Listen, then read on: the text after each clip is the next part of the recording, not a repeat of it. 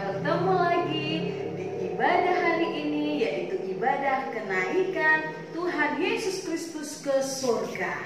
Sebelum kita mendengarkan firman Tuhan, mari kita berdoa. Ambil sikap berdoa yang baik ya sayang. Kita berdoa. Terima kasih Tuhan Yesus yang maha baik, karena Engkau masih memberikan nafas kehidupan kepada kami, sehingga kami sebentar lagi mau mendengarkan firman-Mu di hari ini dalam ibadah memperingati hari kenaikan Yesus Kristus ke surga. Ajari kami Tuhan, sehingga kami mampu mengerti dan mampu melakukannya di dalam kehidupan kami masing-masing. Ampunilah kesalahan yang telah kami perbuat, dan terpujilah nama-Mu Tuhan Yesus untuk selama-lamanya. Amin.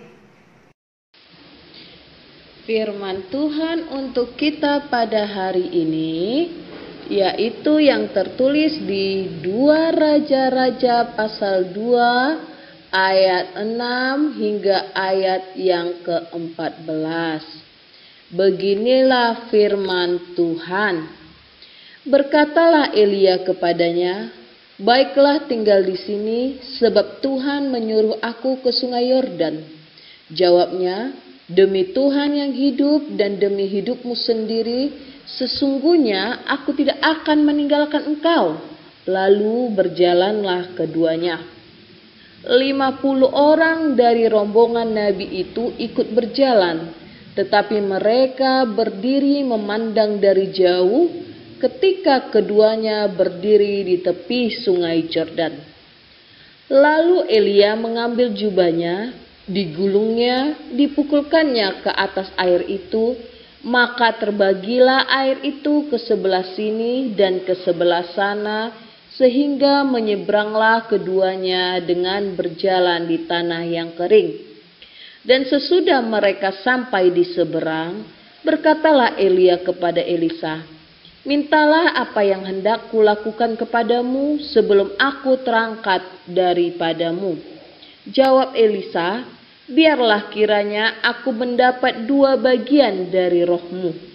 Berkatalah Elia, "Yang kau minta itu adalah sukar. Tetapi jika engkau dapat melihat aku terangkat daripadamu, akan terjadilah kepadamu seperti yang demikian, dan jika tidak, tidak akan terjadi." Sedang mereka berjalan terus sambil berkata-kata, tiba-tiba datanglah kereta berapi dengan kuda berapi memisahkan keduanya. Lalu naiklah Elia ke surga dalam angin badai.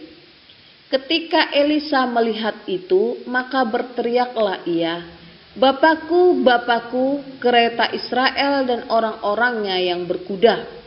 Kemudian tidak dilihatnya lagi, lalu direnggutkannya pakaiannya dan dikoyakkannya menjadi 2 koyakan. Sesudah itu dipungutnya jubah Elia yang telah terjatuh, lalu ia berjalan hendak pulang dan berdiri di tepi sungai Yordan. Ia mengambil jubah Elia yang telah terjatuh itu, dipukulkannya ke atas air itu sambil berseru, "Di manakah Tuhan Allah Elia?" Ia memukul air itu, lalu terbagi ke sebelah sini dan ke sebelah sana. Maka menyeberanglah Elisa. Demikianlah firman Tuhan.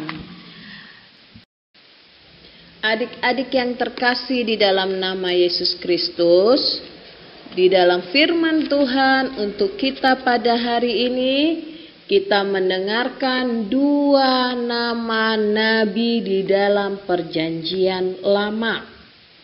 Yang pertama adalah Nabi Elia. Sama-sama yuk kita sebutkan sekali lagi, Elia. Elia adalah seorang nabi yang dipilih Allah, yang bisa kita baca di mana ia telah banyak melakukan perbuatan yang luar biasa. Ia berjuang supaya bangsa Israel mau menyembah Allah, bukan menyembah dewa Baal, bukan menyembah yang lain, hanya Allah yang harus disembah. Kita banyak baca dari kitab 1 Raja-Raja ya adik-adik, bagaimana Elia mampu melakukan, misalnya yang pertama, ia mampu menghidupkan seorang anak dari janda di Sarfat yang telah mati karena sakit. Coba lihat di 1 Raja-Raja pasal 17. Lalu di 1 Raja-Raja pasal 18, Elia mampu dengan doanya mendatangkan api dari langit. Karena ada di sana pertarungan yang luar biasa. Elia membuktikan bahwa Tuhannya lah Tuhan yang kita percayalah yang terbaik. Lalu kita juga bisa lihat di 1 Raja-Raja pasal 21, Elia menasihatkan Raja Ahab supaya tidak mengambil tanah Nabot. Lalu banyak lagi pekerjaan yang sudah dilakukan Nabi Elia sebagai nabi yang dipilih Allah di tengah-tengah bangsa Israel. Dan tokoh atau nabi satu lagi yang kita dengarkan di dalam firman Tuhan untuk kita pada hari ini, yaitu Elisa. Elisa itu tugasnya akan menggantikan Elia.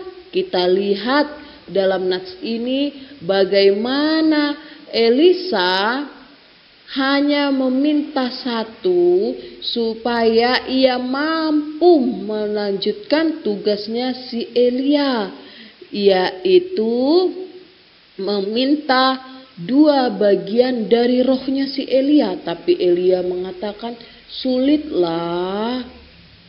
Ia hanya mengatakan, kalau engkau bisa melihat aku terangkat, maka itu terjadi juga padamu. Tapi kalau tidak, itu tidak akan terjadi. Lalu setelah Elia terangkat ke surga, ia mendapatkan sebagian kain milik dari Elia. Lalu apa yang dilakukan Elisa? Elisa melakukan begitu banyak tugas. Ia melanjutkan tugas pelayanan Elia. Ia juga mampu menyehatkan air di Yeriko sehingga layak diminum. Lalu ia juga memperbanyak minyak di rumah seorang janda sehingga janda tersebut mampu membayar hutang. Ia mampu mengadakan mukjizat yang lainnya.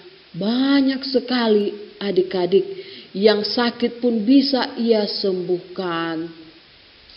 Adik-adik yang terkasih di dalam nama Yesus Kristus, pada hari ini, hari Kamis ini, kita melaksanakan ibadah untuk memperingati kenaikan Yesus Kristus. Yesus Kristus terangkat kemana? Yesus Kristus terangkat ke surga. Adik-adik, Inang mau tanya dulu. Kalian tahu tidak? Kapan Tuhan Yesus naik ke surga? Bagaimana caranya kita menghitung hari kenaikan Yesus Kristus ke surga? Ada yang bisa adik-adik? Iya, kenaikan Yesus Kristus ke surga adalah 40 hari setelah kebangkitan Tuhan Yesus Kristus. Sekali lagi, hari kenaikan Tuhan Yesus Kristus adalah 40 hari setelah kebangkitan Tuhan Yesus Kristus.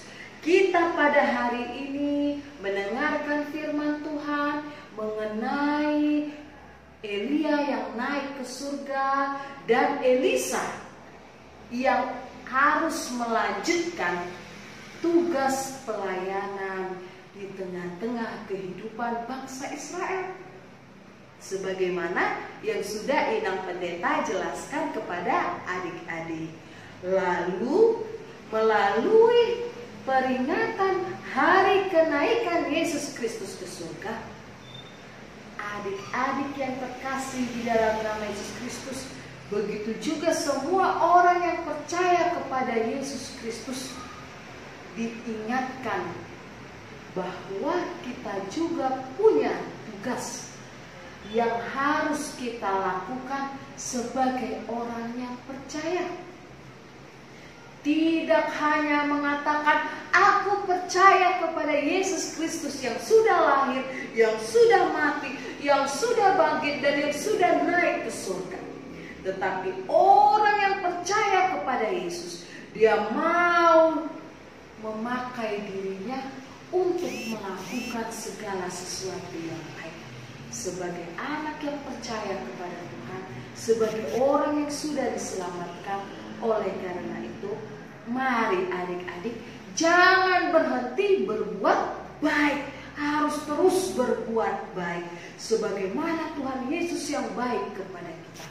Hadirlah sebagai anak Tuhan yang mau menolong, hadirlah sebagai anak Tuhan yang mau peduli, hadirlah sebagai anak Tuhan yang mengasihi.